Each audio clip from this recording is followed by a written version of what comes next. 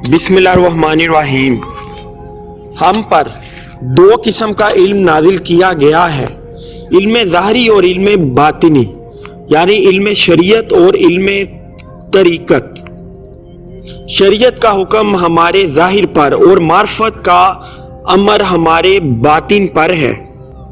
दोनों इल्म जमा हो जाएं तो इनका नतीजा इल्म हकीकत है। जिस तरह दरख्त और पत्तों के इज्तिमा का माँ हासिल फल है, चुनाचे इरशाद बारी ताला है, उसने दो समुंदर बहाए के देखने में मिले हुए मालूम होते हैं, लेकिन इनके माबैन हद फासिल है कि एक दूसरे पर बढ़ नहीं सकता।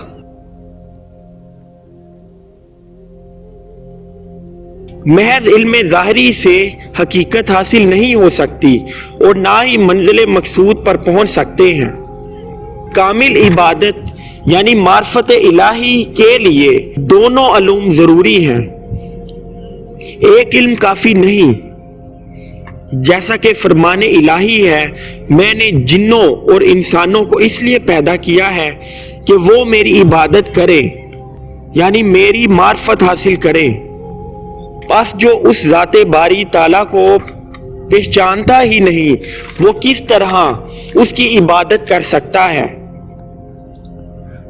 मार्फत सफाई कल्ब और दिल के आईना से नफ्स का हिजाब दूर करने से हासिल हो सकती है।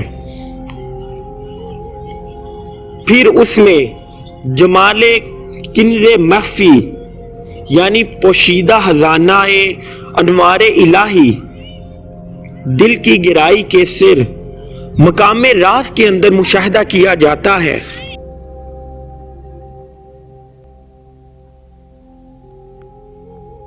जैसा कि हदीस कुदसी में अल्लाह ताला फरमाता है, मैं एक मख्फी खजाना था, मैंने चाहा कि मैं जाना पहचाना जाऊं, बस मैंने मखलूक को पैदा किया कि वो मेरी मार्फत हासिल करें।